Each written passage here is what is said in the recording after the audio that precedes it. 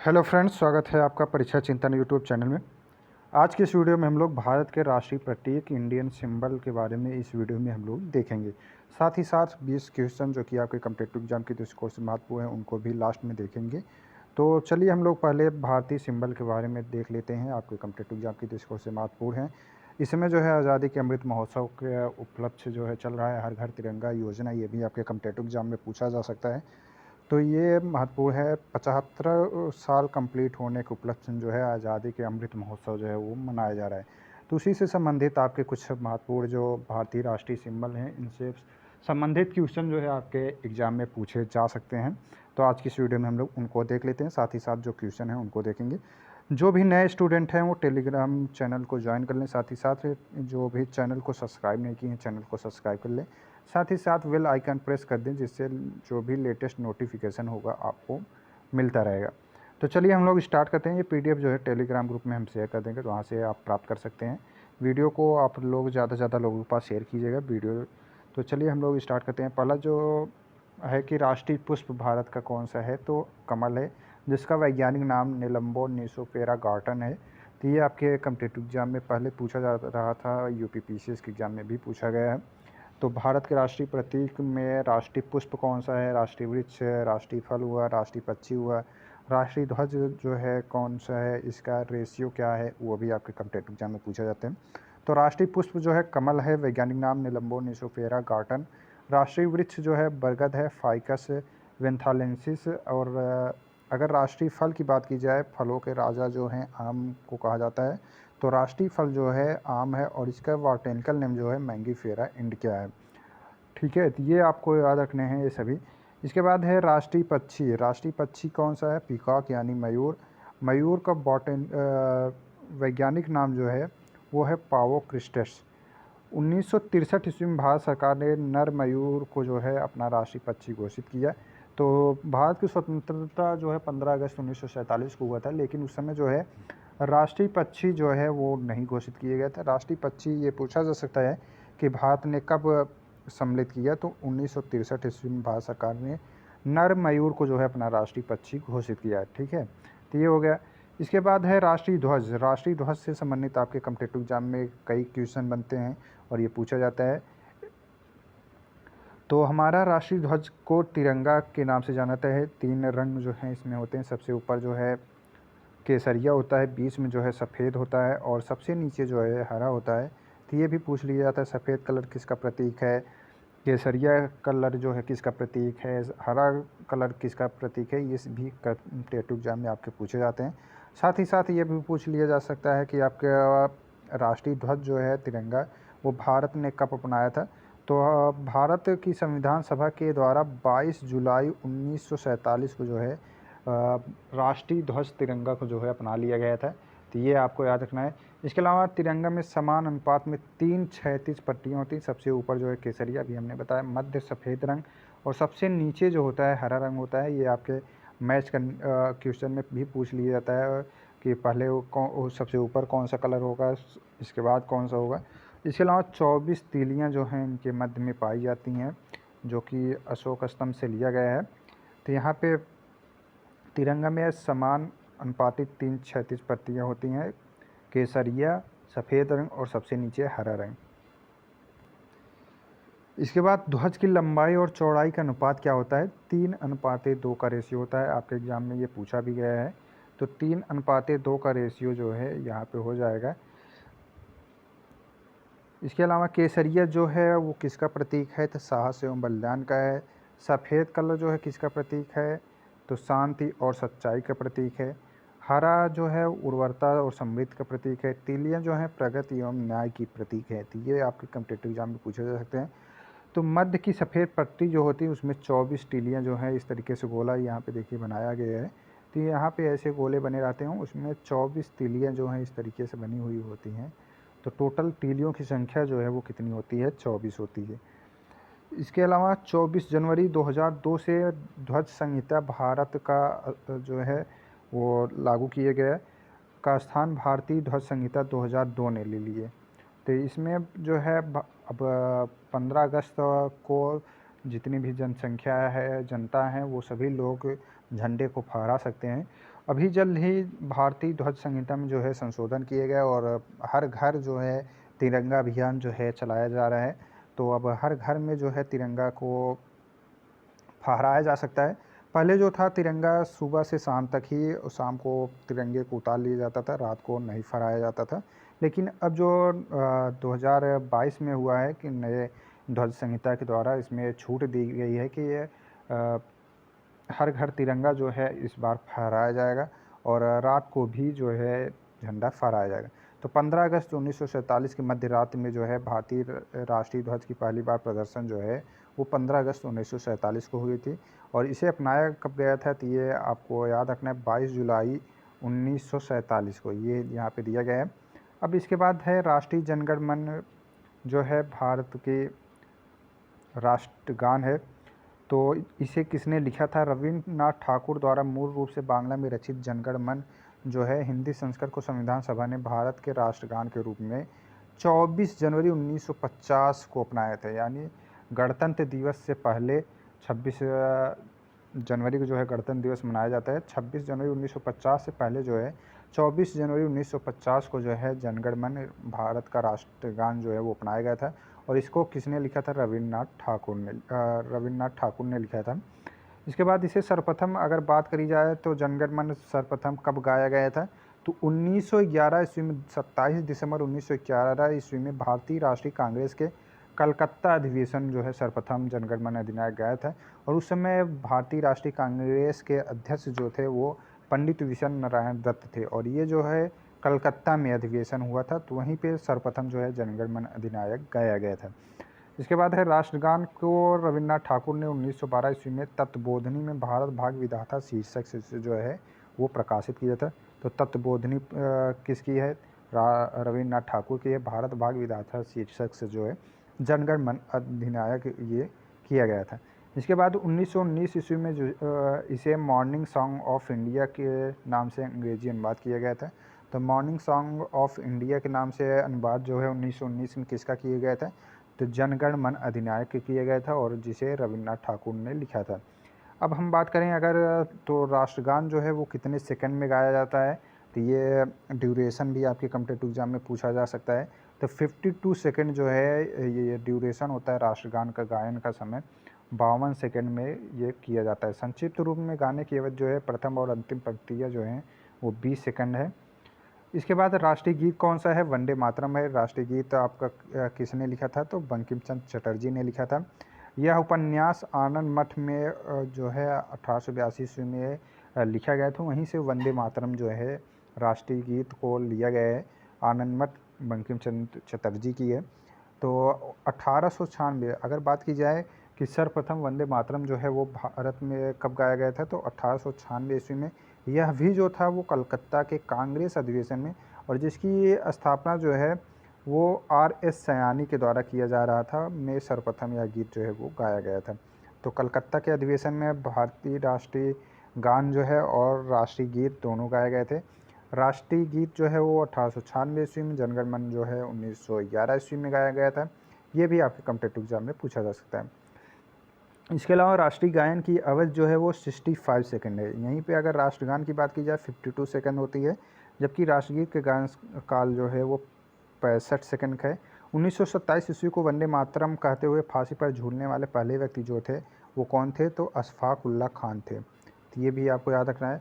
इसके बाद है भारतीय संसद के अधिवेशन का प्रारंभ जनगण मन और समापन जो होता है वो वंदे मातरम के गायन से होता है। भारतीय लोकसभा और राज्यसभा का जो अधिवेशन होता है उसमें सर्वप्रथम जो है शुरुआत जब किया जाता है जनगण मन अधिनायक से होता है, और समापन जब किया जाता है संसद के अधिवेशन का तो वंदे मातरम के द्वारा किया जाता है। राष्ट्रीय चिन्ह कौन सा है भारत का? तो अशोक चिन्ह है। भारत का राष्ट्रीय चिन्ह सारनाथ स्थित अशोक के स्तंभ, सिंह स्तंभ की अनुकृति जो है वहाँ से लिया गया है। भी आपने देखा होगा नए संसद भवन का निर्माण किया गया है, तो वहाँ पे भी अशोक स्तंभ से की अनुकृतियाँ जो हैं वो चिन्ह जो है वो वहाँ पे लगाया गया है। तो भारत के राष्ट्रीय चिन्ह जो है अशोक है, और यह जो है सारनाथ स्थित अशोक के सिंह स्तंभ से लिया गया है। तो ये भी आपको याद रखना है। इसके बाद बात की जाए भारत सरकार के द्वारा 26 जनवरी 1950 को इसे अपनाया गया था। तो अशोक चिन्ह जो है वो कब अपनाया गया? 26 जनवरी, जब भारत गणतंत्र हुआ 26 जनवरी 1950 को, तो उस समय जो है अशोक चिन्ह को अपनाया गया था। मूल स्तंभ में शीर्ष पर 4 सिंह होते हैं। तो ये भी आपके कॉम्पिटिटिव एग्जाम में पूछा गया है कि वीडियो के एग्ज़ाम में, जहाँ तक हमें याद है कि वीडियो के एग्ज़ाम में भी पूछा गया था 2018 के, कि अशोक स्तंभ में जो सिंह है वो कितनी संख्या होती है। ये जो है एक दूसरे की ओर पीठ किए हुए हैं, नीचे घोड़ा और बैल एवं अशोक चिन्ह जो है वो निहित हैं। तो मूल स्तंभ में जो है 4 सिंह हैं और नीला घोड़ा है, बैल है, अशोक चिन्ह जो है वो निहित है। यह जो है मुंडकोपनिषद के सूत्र सत्यमेव जयते जो है वो देवनागरी लिपि में अंकित है। तो सत्यमेव जयते जो है वो कहाँ से लिया गया है? तो मुंडकोपनिषद से लिया गया है। तो ये आपका एक क्वेश्चन है, ये यूपीपीसीएस जैसे कि एग्ज़ाम में भी पूछा गया है कि सत्यमेव जयते जो है वो कहाँ से लिया गया है? तो मुंडकोपनिषद से लिया गया। अब राष्ट्रीय पंचांग क्या है? तो ग्रेगोरियन कैलेंडर के साथ देश भर के लिए शक संवत पर आधारित एक रूप राष्ट्रीय पंचांग अपनाया गया है। तो भारत में कौन सा संवत चलता है? शक संवत चलता है, तो ये याद रखना है। सरकारी प्रयोग के लिए 22 मार्च 1957 ईस्वी को जो है शक संवत को अपनाया गया था। इसका पहला महीना जो है वो चैत्र होता है और अंतिम महीना जो है फाल्गुन होता है। तो ये हिंदी महीने हैं चैत, बैसाख, ज्येष्ठ, आषाढ़, सावन, भादव, कुआर, कार्तिक करके। तो सबसे लास्ट का जो महीना होता है वो फाल्गुन होता है और सबसे पहला माह जो होता है शक संवत का वो चैत्र होता है। इसके बाद है राष्ट्रीय पशु कौन सा है? बाघ है। तो भारत का राष्ट्रीय पशु बाघ है, पैथरा टाइग्रिस लिनियस। तो ये आपको याद रखना है। बाघों की घटती संख्या को देखकर जो है सरकार ने 1973 ईस्वी में जो है बाघ परियोजना यानी टाइगर प्रोजेक्ट स्टार्ट किया था। ये भी आपके कॉम्पिटिटिव एग्जाम में पूछा जाता है। टाइगर प्रोजेक्ट की शुरुआत जो है वो कब की गई थी? तो 1973 ईस्वी में किया गया था। देश में सर्वाधिक बाघों की संख्या की बात करें तो सबसे ज़्यादा जो है 526 नए डाटा के अकॉर्डिंग जो है मध्य प्रदेश से एमपी। राष्ट्रीय विरासत पशु कौन सा है? तो ये आपके कॉम्पिटिटिव एग्जाम में पूछा जा सकता है। राष्ट्रीय विरासत पशु कौन है? हाथी। तो यहाँ पे भारत सरकार ने एशियाई हाथी जो है उसे राष्ट्रीय विरासत पशु के रूप में कब घोषित किया? 2010 में घोषित किया गया। ये आपको यूपीपीसीएस के एग्ज़ाम में पूछा गया है। हाथी को राष्ट्रीय विरासत पशु के रूप में कब सम्मिलित किया गया था? 2010 में किया गया था। और विश्व हाथी दिवस जो है वो कब मनाया जाता है? 12 अगस्त को मनाया जाता है। हाथी के संरक्षण के लिए 1992 ईस्वी में हाथी प्रोजेक्ट जो है वो चलाया गया था। तो ये 1992 में हाथी प्रोजेक्ट, 1973 ईस्वी में टाइगर प्रोजेक्ट स्टार्ट किए गए थे। राष्ट्रीय नदी कौन सी है भारत की? तो गंगा है। गंगा नदी को नवंबर 2008 में जो है भारत की राष्ट्रीय नदी घोषित किया गया था। 1985 ईस्वी में जीएपी गंगा एक्शन प्लान की शुरुआत की गई थी। तो पूछा जा सकता है जीएपी फुल फॉर्म दे दिया जाए, गंगा एक्शन प्लान की शुरुआत कब हुई थी? तो 1985 ईस्वी में हुई थी। तो ये आपको याद कर लेना है। इसके बाद है 2014 में नमामि गंगे प्रोग्राम की शुरुआत जो है वो की गई थी। राष्ट्रीय जलीय जीव, तो नमामि गंगे प्रोग्राम किससे संबंधित है? गंगा की स्वच्छता से संबंधित, और ये शुरुआत जो है 2014 में किए गए थे। राष्ट्रीय जलीय जीव कौन सा है? तो डॉल्फिन है। डॉल्फिन को जो है 2009 में राष्ट्रीय जलीय जीव घोषित किया गया था। डॉल्फिन जो है एक स्तनधारी जीव है जिसको 2009 में राष्ट्रीय जलीय जीव के रूप में घोषित किया गया। यह जो है केवल मीठे पानी में पाई जाती है। डॉल्फिन जो है वो सिर्फ मीठे पानी के स्थल पे जो है मीठे पानी के जो स्रोत होते हैं वहाँ पे ही ये पाए जाते हैं। राष्ट्रीय खेल जो है वो कौन सा है? हॉकी है। भारत का राष्ट्रीय खेल अगर बात की जाए तो हॉकी है। वर्ष 1975 में भारत ने हॉकी विश्व कप जीता था और 29 अगस्त को राष्ट्रीय खेल दिवस मनाया जाता है मेजर ध्यानचंद के रूप में। तो ये आपको याद रखना है। तो 29 अगस्त को राष्ट्रीय खेल दिवस जो है वो मनाया जाता है। राष्ट्रीय मुद्रा क्या है? रुपया है। रुपया जो है अभी इसकी ये भी आपके कॉम्पिटिटिव एग्जाम में पूछा जाता है। रुपये का नया सिंबल जो है इस तरीके से है और इसको किसने दिया था? तो इसका डिज़ाइन जो है श्री डी उदय कुमार ने बनाया था। मुंबई के आईआईटी के पोस्ट ग्रेजुएट डिज़ाइनर थे, उन्होंने ही इस सिंबल को, रुपये के सिंबल को दिया था। तो रुपये का नया प्रतीक देवनागरी लिपि के आर और रोमन लिपि के अक्षर आर को मिलाकर बनाया है, जिसमें एक क्षैतिज रेखा भी बनी होती है। भारत सरकार ने 15 जुलाई 2010 को जो है इसे स्वीकार किया था। तो भारतीय मुद्रा जो रुपया है उसे कब स्वीकार किया गया? 15 जुलाई 2010 को। यह चिन्ह आईआईटी मुंबई के पोस्ट ग्रेजुएट डिज़ाइनर जो हैं उदय कुमार के द्वारा दिया गया था। अब भारतीय मुद्रा के कुछ नए नोट जो हैं उनको क्या सिंबल है, उनके अंकित चित्र किसमें कौन से हैं, तो ये भी आपके कॉम्पिटिटिव एग्जाम में पूछा जाता है। 10 के नोट में जो है कोणार्क सूर्य मंदिर जो है वो छपा होता है। ये बताइएगा कोणार्क सूर्य मंदिर जो है वो किस राज्य में स्थित है, इसके बारे में आप लोगों को, ये कौन से प्लेस पे है इसके बारे में बताना है। 20 के नोट में जो है एलोरा की गुफा है। 50 के नोट में हम्पी है। 100 के नोट में जो है रानी की बावड़ी का नाव है। और 200 के नोट में जो है सांची स्तूप है। 500 के नोट में लाल किला है। और 2000 के नोट में मंगलयान, जो कि मंगलयान मिशन छोड़ा गया था, तो मंगलयान जो है 2000 के नोट पे छपा होता है। 500 के नोट पे जो है लाल किला, और 200 की नोट पे जो है सांची स्तूप है। 100 के नोट पे रानी की बावड़ी है। और 50 के नोट पे हम्पी है। 20 के नोट पे जो है लोरा की गुफा। और 10 के नोट पे कोणार्क सूर्य मंदिर। तो ये जो है भारतीय राष्ट्रीय चिन्हों से संबंधित हो गए, आपकी कॉम्पिटिटिव एग्जाम की दृष्टिकोण से महत्वपूर्ण है। अब हम लोग कुछ क्वेश्चन जो हैं उनको सॉल्व कर लेते हैं। तो चलिए हम लोग स्टार्ट करते हैं। जो पहला है कि लज्जा पुस्तक का लेखक एवं लेखिका में से कौन है, यानी लेखक या लेखिका कौन है लज्जा पुस्तक की? तो 4 ऑप्शन दिए गए हैं, शेख मुजीबुर, किरण बेदी, अरुंधति राय और तस्लीमा नसरीन। तो बी वाला ऑप्शन जो है राइट आंसर हो जाएगा। तस्लीमा नसरीन जो है वो लज्जा पुस्तक की लेखिका हैं, तो राइट आंसर हो जाएगा। अगला जो है कालिदास सम्मान किन क्षेत्रों को लिए जाता है? शास्त्रीय संगीत, शास्त्रीय नृत्य, रूपकार कला, प्रदर्शनकारी कला, आदिवासी कला और लोक कला। तो इसमें में से सभी जो हैं, अगर बात की जाए, कालिदास सम्मान जो है वो शास्त्रीय संगीत, शास्त्रीय नृत्य, रूपंकर कला और प्रदर्शनी कला के लिए दिया जाता है। और आदिवासी कला, लोक कला के लिए यह पुरस्कार नहीं दिया जाता है। तो राइट आंसर जो है क्वेश्चन नंबर सी वाला हो जाएगा, first, second, third and fourth. Next जो है SAFTA का पूर्ण रूप क्या है? South Asian preparation trade agreement, South India SAARC preferential trade agency, South Asian free trade area, South Asian free trade agency. तो राइट आंसर जो है बी वाला होगा, South Asian free trade area जो है वो सफ्टा का फुल फॉर्म है। तो राइट आंसर हो जाएगा बी वाला। नेक्स्ट जो है निम्न में से किस सुल्तान ने चालीसा का गठन किया था? चालीसा का गठन किसने किया था? तो इल्तुतमिश ने किया था, ठीक है। इसके बाद दिल्ली पर सर्वाधिक लंबे समय तक किस वंश ने शासन किए थे? गुलाम वंश ने, खिलजी वंश ने, तुगलक वंश ने, सैयद वंश ने। तो तुगलक वंश ने सबसे ज़्यादा जो है दिल्ली पर सर्वाधिक समय तक जो है शासन किए था। तो राइट आंसर जो है सी वाला हो जाएगा। भारत के उपराष्ट्रपति किस विश्वविद्यालय के पदेन कुलपति का पद धारण करता है? जवाहरलाल विश्वविद्यालय, काशी विश्वविद्यालय, दिल्ली विश्वविद्यालय, पुडुचेरी विश्वविद्यालय। तो भारत का उपराष्ट्रपति जो है वो दिल्ली विश्वविद्यालय का पदेन कुलपति जो है वो धारण करता है। और स्टेट के जो होते हैं वहाँ के राज्यपाल जो होते हैं वो कुलपति कहलाते हैं।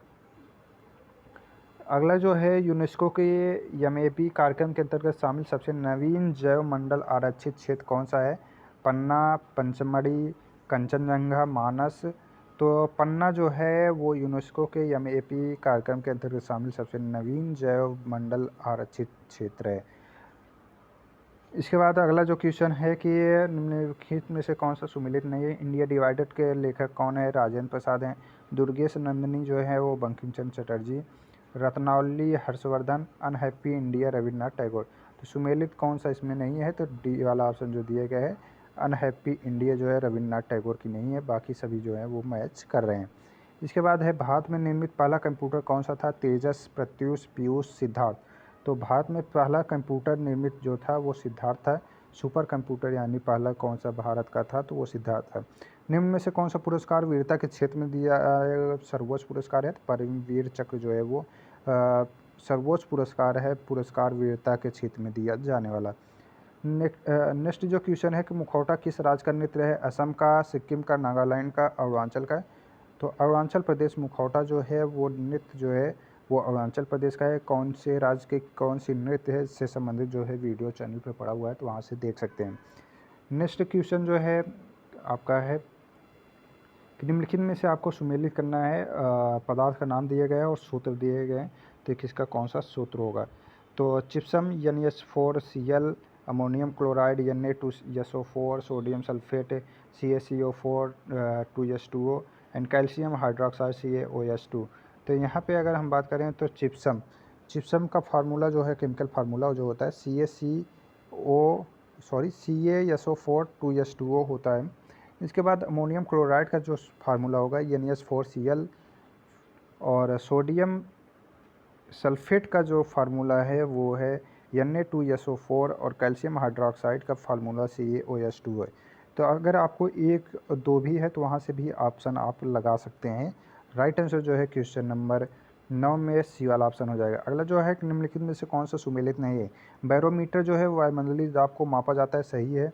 अमीटर के द्वारा क्या होता है, विद्युत धारा को एम्पीयर में मापा जाता है, ये भी सही है। हाइग्रोमीटर के द्वारा जो है वायुमंडलीय आर्द्रता को मापा जाता है, ये भी सही है। पायरोमीटर के द्वारा झूठ का पता लगाया जाता है, ये गलत है। वाष्पोत्सर्जन के लिए मापा जाता है, पायरोमीटर का प्रयोग किया जाता है। नेक्स्ट जो क्वेश्चन है कि राष्ट्रीय पिछड़ा वर्ग आयोग का गठन कौन करता है। राष्ट्रपति करते हैं, संसद, प्रधानमंत्री, सुप्रीम कोर्ट। तो राष्ट्रपति के द्वारा जो है राष्ट्रीय पिछड़ा वर्ग आयोग का गठन किया जाता है। तो राइट आंसर जो है क्वेश्चन नंबर 7 में बी वाला ऑप्शन हो जाएगा। अगला जो क्वेश्चन है क्वेश्चन नंबर 6 है कि निम्नलिखित में से कौन सा सुमेलित नहीं है। भूमध्य सागर यूरोप एवं अफ्रीका के मध्य है। काला सागर यूरोप एवं एशिया के मध्य है। लाल सागर एशिया और अफ्रीका के मध्य है। कैरेबियन सागर जो है उत्तर अमेरिका व यूरोप के मध्य है। तो राइट आंसर जो होगा इसमें पूछा जा रहा है कौन सा सुमेलित नहीं है, तो डी वाला कैरेबियन सागर जो है उत्तर अमेरिका एवं यूरोप के मध्य नहीं है। ठीक है।